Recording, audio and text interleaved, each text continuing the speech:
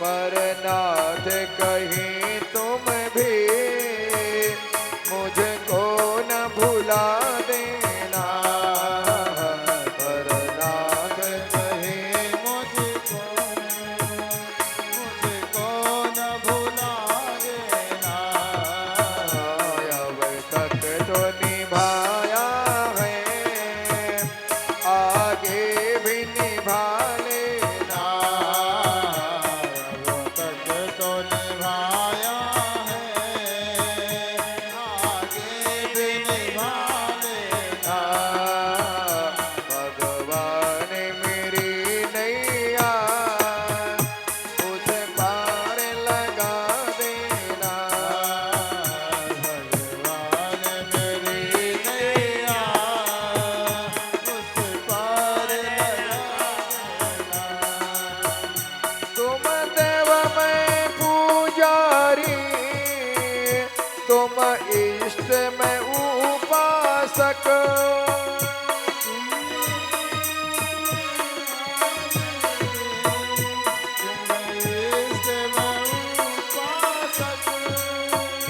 यह बात अगर सच है, सच करके दिखा देना। बात अगर सच है, सच करके दिखा देना।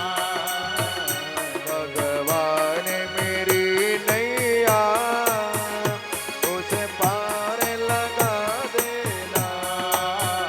भगवान मेरी नैया उस पार लगा देना। हम मोर बन के मोहन नाचा करेंगे बन में।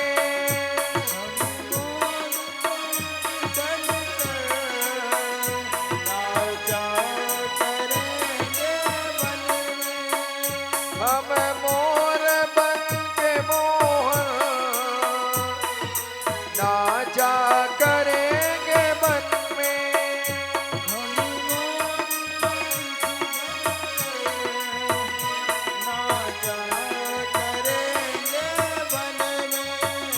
तुम श्याम घटा बन कर इस बन में उठा करना। तुम श्याम घटा बन कर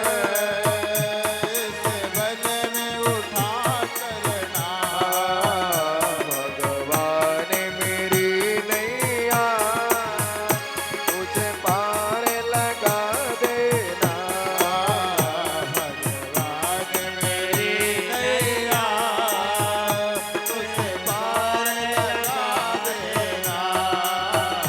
बन कर के हम पपिया, बन कर के हम पपिया पी रटा करेंगे। बन कर के हम पपिया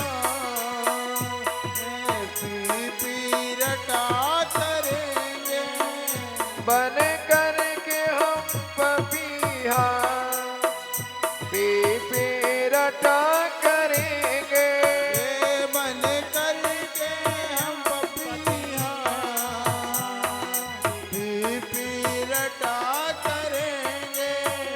तुम स्वाति बूंद बन कर प्यासे पे दया करना। तुम स्वाति बूंद बन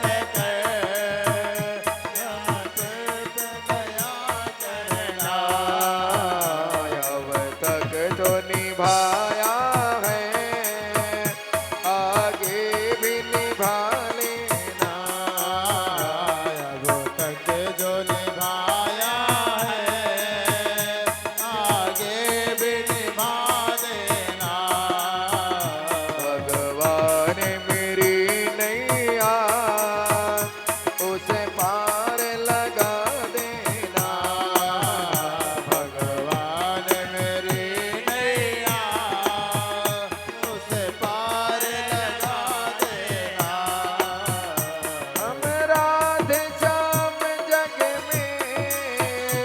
तुम ही को निहारेंगे।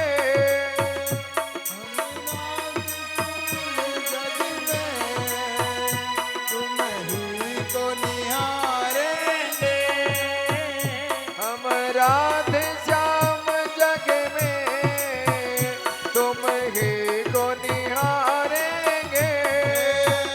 हम रात शाम जग में तुम ही को निहारेंगे। तुम दिव्य ज्योति बनकर, तुम दिव्य ज्योति बनकर आँखों में रहा करना।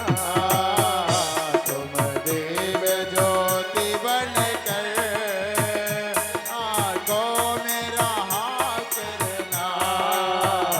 भगवान मेरी नैया उस पार लगा देना। भगवान मेरी नैया उस पार लगा देना। अब तक तो निभाया है, आगे भी निभा लेना। अब तक तो निभाया है, आगे भी निभा देना। उस पार लगा देना। उस पार लगा देना। बोलिए राधिका रमण सरकार की जय हो, जय। जय हो। धन्य है, धन्य है। अब उपनंद जी ने कहा, बाबा ये जगह बड़ी प्यारी जगह है। अपने ब्रज में कई वन हैं। पहला है वृंदावन, दूसरा है निधि वन, तीसरा है बेलवन, चौथा है कामवन, पांचवा है तालवन और छठा कौन सा वन है? मधुवन। इन सब में सबसे प्यारा सुंदर वन है। बोलिए वृंदावन धाम की। जय। वनम वृंदावनम नाम पशव्याम नवकानना गोप गोपी गपां सेव्याम पुण्य पुण्याद्रित्रीण विरुधम। सबसे सुंदर वन क्या कौन सा है? वृंदावन। तुलसी के ही पौधों से जो पल्लवित हो, विभूषित हो, वृंदावन है। अथवा जहाँ भक्त वृंदों का सदा निवास हो, उसका नाम है वृंदावन। वृंदानाम भक्त समूहानाम वनम। भगवत भक्तों का, रसिकों का निवास स्थान है श्रीधाम वृंदावन। प्रेम के पिपासा देख देख निज प्रेम यो को, प्रेम का समुद्र सीमा तोड़ के बहाया है। भाव के रशीले जन निराश ना होंगे अब, कामना के पूर्ति हेतु कल्प तरु लगाया है। चिंतामणि जड़ित चारु चादर बिछाई जहाँ, भांति प्रतिभांति कुंज कुंज से सजाया है। भारत का भूषण तिलक तीन लोकों का, भक्तों के वासे तो वृंदावन बनाया है। वृंदावन की महिमा सुनते ही सर्वे साधु साधितवादी न, बहुत अच्छा कह करके हमें भी वृंदावन बहुत पसंद है। फिर क्या था? बैलगाड़ियों में सामान लादा और गोकुल छोड़कर सबके सब ब्रजवासी गाय बछड़ों के साथ हाँक करके वृंदावन को चल पड़े। हम और आप भी चलें। वृंदावनम गोवर्धनम यमुना पुलिना निजा, वीक्षितुत्तमा प्रीति राम माधवयो नृपो। श्रीदाऊ भैया के साथ गोविंद 4 वर्ष की अवस्था में ध्यान रखना, गोकुल छोड़कर श्रीराम वृंदावन पधारे। वृंदावन में आकर के जब प्रभु ने उसकी दिव्यता का अवलोकन किया, भक्त वृंदो, जिस वृंदावन में श्रीधर गोवर्धन का शिखर है, सुंदर सुंदर विशाल वृक्षावली है, चारों तरफ खूब हरियाली ही हरियाली है, देख देख करके भगवान प्रसन्न हो रहे हैं। अरे या हरियाली में तो गैया खूब घास के खाए के प्रसन्न होंगी, तो आज हमारे गोविंद गायों में इतना प्यार करते हैं गायों से कि वृंदावन के घास फूस को देखकर आनंदित हो रहे हैं, प्रसन्न हो रहे हैं कि मेरी गैया बहुत खूब प्रसन्न रहेंगी, खूब घास खाएंगी। यमुना का निर्मल जल प्रवाह का जब दर्शन किया तो भगवान का मनुष्य ब्रजभूमि के प्रेम में भर गया। केवल अकेले श्री कृष्ण का ही नहीं, राम माधव योर नृप नृप संबोधन करके सुखदेव भगवान कहते हैं, परीक्षित ये दोनों भाइयों का मन किसी भूमि को देखकर प्रसन्न हुआ तो उसका नाम है श्रीधाम वृंदावन भूमि। इसलिए विशेष संबोधन यहाँ नृप कर रहे हैं। सुखदेव जी कहते हैं दोनों भैया बड़े प्रसन्न हुए। कन्हैया तो दौड़े दौड़े मैया के पास आए और बोले मैया या वृंदावन में तो हम गैया चराएंगे। मैया खूब हंसी, अरे लाला तू 4 वर्ष को छोरा अपने आप को ठीक संभाल ना सके, गैयन को अब तू कहाँ संभाल लोगे। लाला तनिक बड़े हो जाओ, फिर बड़े होए के तो को गैया चरानी पड़ेगी, जो तू ठहरो ग्वालन को छोरा। अब तो मैया ने बात टाल दी तो कन्हैया मुंह लटका कर दूर बैठ गए। मैया समझ गई, पास में आके बोली देख बेटा ये तेरी बहुत ही इच्छा है तो गैया बाद में चराइयो, पहले छोटे छोटे बछड़न को ग्वाल बालन को चरवाहा तो देख सीख ले। अच्छा ठीक है मैया। कन्हैया भी राजी हो गए और मैया ने भी अनुमति दे दी। अब प्रभु ने छोटे छोटे बछड़ों के साथ अपने ग्वालों को लेकर के और आसपास ही घूमना प्रारंभ कर दिया। मैया ने की आज्ञा है ज्यादा दूर मत जाना, तो प्रभु आसपास ही वत्साचरण करने लगे। एक दिन बछड़ा चराते जाते प्रभु विचरण कर रहे थे, वत्सासुर नाम का दैत्य आ गया, बछड़ों के झुंड में मिल गया। प्रभु पहचान गए, दौड़ करके आए और उसके पैर पकड़कर घुमा कर दे मारा, सो ही वत्सासुर का उद्धार हो गया। ऐसे ही एक दिन भगवान अपने बछड़ों को पानी पिलाने के लिए मुन्ना पुलिन पर पधारे तो वहां बैठा हुआ बकासुर ये पूतना का बड़ा भाई है। जो इसने गोविंद को देखा, अच्छा यही है काला काला मुरली वाला, मेरी बहन को मारने वाला, मैं इसका बदला लूंगा। सो बगुला बना बैठा। जैसे ही प्रभु निकट आए सोई एकदम पूरे बेग से दौड़ा, भगवान को पकड़ करके मुंह में धर कर निकल गया। ब्रजवासी देखते चिल्लाने लगे, रे राम राम कितना बड़ो बगुला कन्हैया को पकड़ करके लील गया, बचाओ बचाओ। सब ग्वाला बेचारे चिल्लाने लगे। भगवान वा के पेट में जाके अपना श्री विग्रह इतना गर्म कर दिया कि उसे लगा कि हमने धोखे में अंगारा ही ली लिया हो। आग का जलने लगा, छटपटाने लगा। सो तुरंत इसने भगवान को मुख द्वार से बाहर कर दिया। जैसे प्रभु बाहर आए, भगवान ने उसकी चोंच पकड़ करके बीच में से चीर दिया और बकासुर का भी उद्धार कर दिया। इसी प्रकार क्रीड़ा करते हुए प्रभु एक दिन आंख में चौली खेल रहे थे। ब्रजवासियों तुम छुप जाओ, हम ढूंढेंगे। ठीक है। लाला तो सब छुपने के लिए स्थान देख रहे थे, कहाँ छुपे। इतने में आ गया अघासुर। उस अघासुर ने बड़े विशाल अजगर का रूप बनाया। अब मुंह फाड़ करके जीवा धरती में सटाकर प्राणायाम चढ़ाकर बैठ गया। श्वास रोक लिया, ना हिले न डुले, बिल्कुल पाषाण प्रतिमा बन गया। ब्रजवासी दिखते बोले भैया इतना इतने दिना है गए, कई दिना हो गए वृंदावन आते घूमते, पर ये गुफाएं आज पहली बार देखी। दूसरा बोला भैया यह गुफा तो ऐसी मालूम पड़ रही है जैसे कोई सर्प होए, मुंह फैला कर बैठा हो।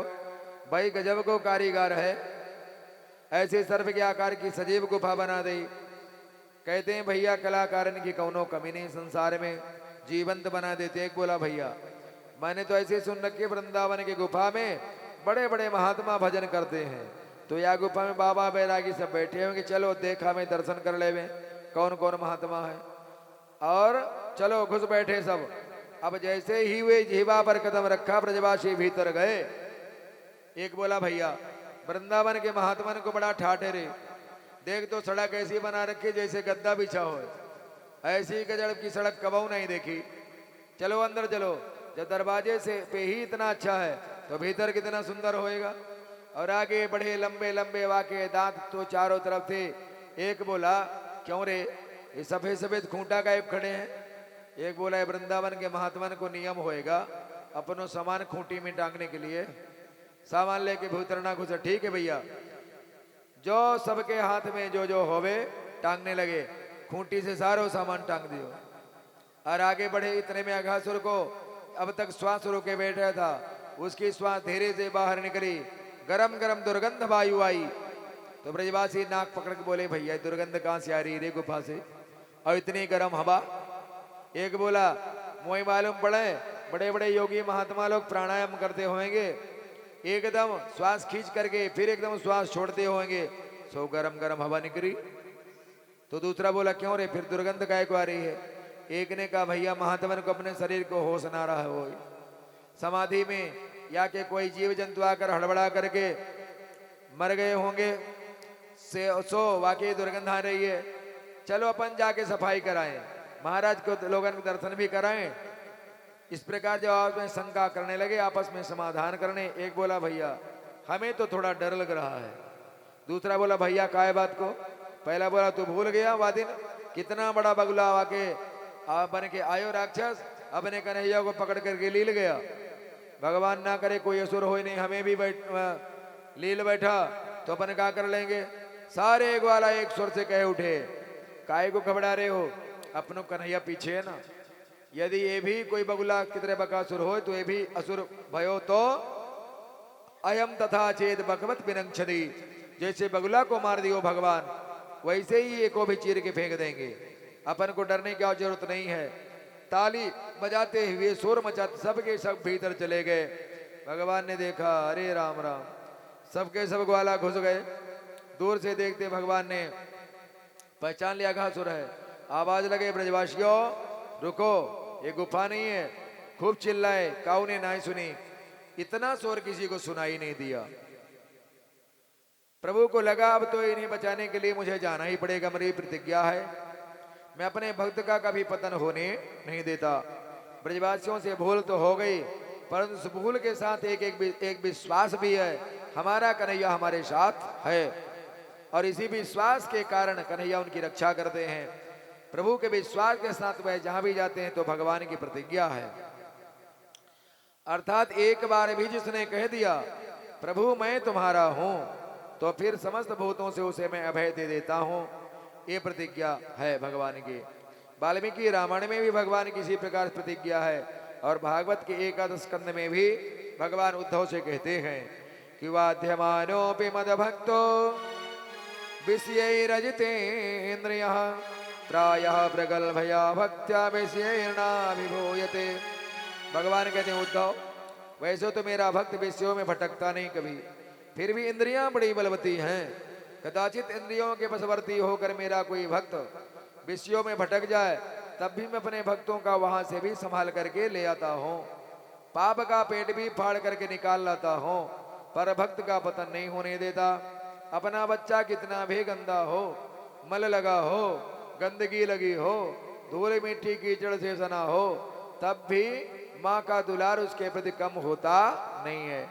और लोग देखेंगे तो इधर उधर देखकर घृणा करके चले जाएंगे, पर माँ देखेगी तो तुरंत उसे नहलाएगी, धुलाएगी और साफ सुथरा करके सुंदर सजा देगी, संवार देगी।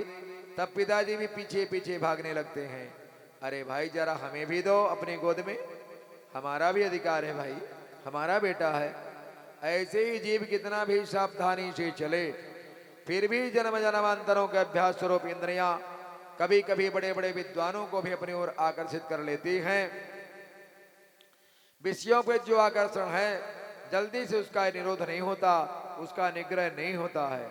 बड़े बड़े को भी जिन्हें आत्मस्वरूप का बोध हो चुका है, ऐसे ब्रह्मज्ञानी भी कभी कभी फिसल जाते हैं। इसलिए भगवान की प्रतिज्ञा है कि जो मुझे मानकर मेरा आश्रय लेकर चलता है उसे मैं भटकने नहीं देता, क्योंकि वह मेरे भरोसे पर है, और जो अपने बल पर चले वह भटक जाता है। मामेव ये प्रपद्यन्ते माया मेताम तरन्ति ते, मेरा प्रपन्न होगा वह माया से बच जाता है, उसे मैं बचा लेता हूँ, भटकने नहीं देता। यह अघासुर क्या है? अघ का मतलब होता है पाप, पाप की प्रवृत्ति ही तो अघासुर है। ब्रजवासी उस पाप में अघासुर को एक पर्वत गुफा समझकर धोखा खा गए, प्रवेश कर गए। इसी प्रकार भक्त भी कभी कभी प्रमादवश पाप की प्रवृत्ति को पहचाने बिना उधर ही प्रवृत्त हो जाता है। माया इतनी बलवती है कि धोखा दे देती है, परंतु जब ब्रजवासी घुटे तो भगवान ने बहुत आवाज लगाई, रुको भैया खतरा है, गुफा नहीं है। पर सुन नहीं पाए। उसी प्रकार भगवान का शरणापन्न भक्त जब किसी भी पाप वृत्ति में प्रवेश करता है तो भगवान जो हृदयस्थ हैं वे हरि रोकते हैं, बार बार टोकते हैं, सावधान करते हैं, इधर मत जाओ, खतरा है, ऐसा मत करो, परंतु हम लोग उस आवाज को दबा देते हैं। उस समय वह गुफा का आकर्षण इतना प्रबल होता है कि जीव अपनी अंतरात्मा की आवाज को सुन नहीं पाता, समझ नहीं पाता। और अनसुना करके घुस जाता है। जैसे ब्रजवासी घुस गए, भगवान की इतना पुकारने पर भी किसी ने सुना नहीं। अब जब नहीं सुन पाए और अघासुर के मुख में चले गए, तो फिर भगवान उनकी रक्षा के लिए तुरंत भीतर गए। ज्यों ही प्रभु ने अघासुर के मुख में प्रवेश किया, अघासुर ने तुरंत मुख बंद कर लिया। अब तो सबके सब अघासुर के मुख में बंदी हो गए। बड़े बड़े देवता विमानों में बैठे दृश्य देख रहे थे, हाहाकार करने लगे। अघासुर सबको खा गया, पर भगवान ने उसके श्वास छिद्र में बैठकर अपना शरीर बढ़ाकर श्वास छिद्र को पूर्णतः अवरुद्ध कर दिया। अघासुर बिना श्वास के छटपटाने लगा। थोड़ी देर तड़पा, फिर उसका ब्रह्मरंध्र फट गया। उसी छिद्र से भगवान सारे ब्रजवासियों को निकाल करके बाहर ले आए। अमृतमय दृष्टि से देखा, सबके सब सोते हुए से जाग कर खड़े हुए।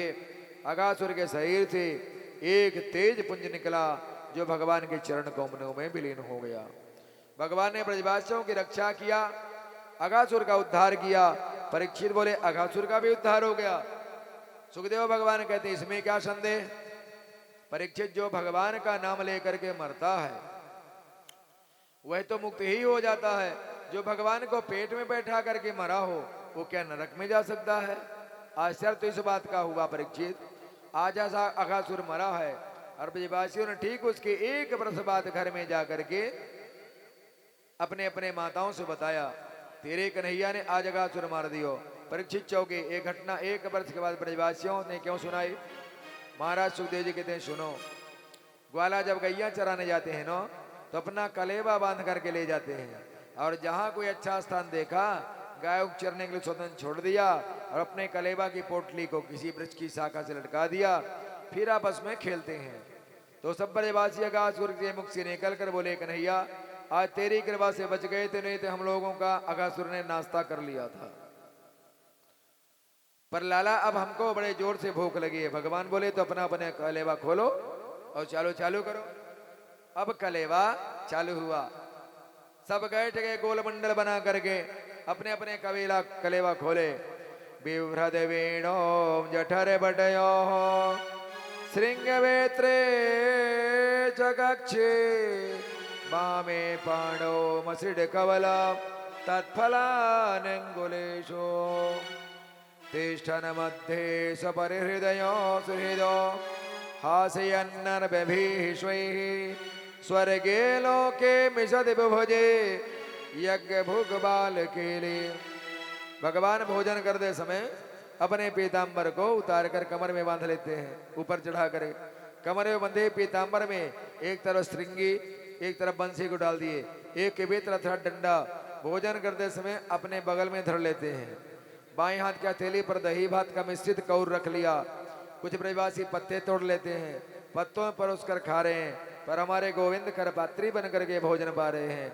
अपने बाएं हाथ को ही पात्र बना लिया, दाएं हाथ की हथेली पर दही भात मिलाकर रख लिया। सब ग्वाल बालों से एक एक फल का अचार मांग लिया। तू कौन सा अचार लाया है?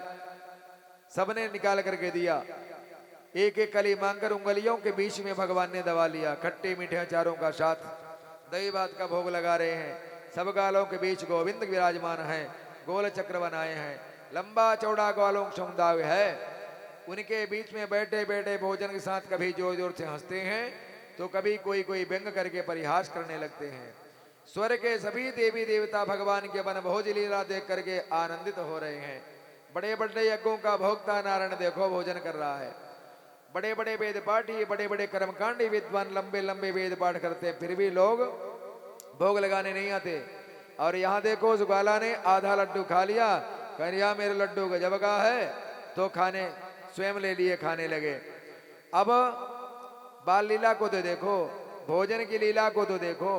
ब्रह्मा जी से विचित्र भोजन लीला को देखकर बार बार सिर खुजलाने लगे, कभी नाक सिकोड़ने लगे। हे नारायण, हे भगवान, इसमें तो कहीं से भी भगवत्ता के लक्षण नहीं आ रहे। देखो भोजन का नियम होता हाथ पर धोना चाहिए, बैठना चाहिए, मौन होकर भोजन करना चाहिए, पर यहाँ तो भोजन के लिए सीधे दौड़े आए, गप से बैठ गए, ना हाथ पर धोया ना तट और यमुना के तट पर भोजन करने लगे। आसन का वही काम ही नहीं, जूठे मूठे कोई विचार ही नहीं, चाहे जिससे मांग रहे हैं चाहे जिसका खा रहे हैं। एक ऐसा नारायण है, एक ऐसा भगवान है।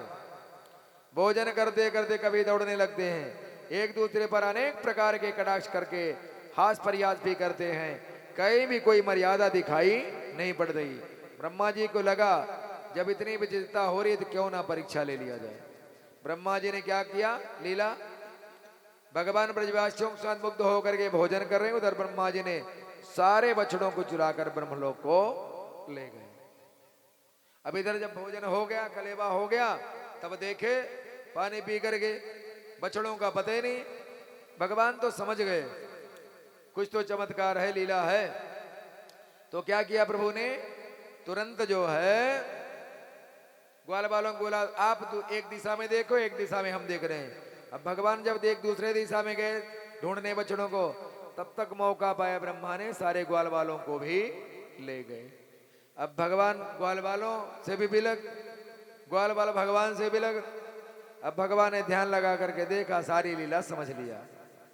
और भगवान ने क्या किया, भागवत में वर्णन आता है कि भगवान ने बाएं भाग से बछड़े और दाएं भाग से ग्वाल बालों को अपने प्रकट कर दिया। अब ब्रह्मा अपने भगवत्ता बताने जा रहा, भगवान को स्वयं भगवत्ता बतानी पड़ रही है। आश्चर्य की बात है, ब्रह्मा जी स्वयं परीक्षा ले रहे हैं भगवान की। अब जब ब्रह्मा जी यहाँ देख रहे हैं, यहाँ भी बछड़े यहाँ भी ग्वाल बाल है, तो क्या किया जानते हैं, भगवान एक रूप में ब्रह्मा रूप बन करके चले गए ब्रह्मलोक।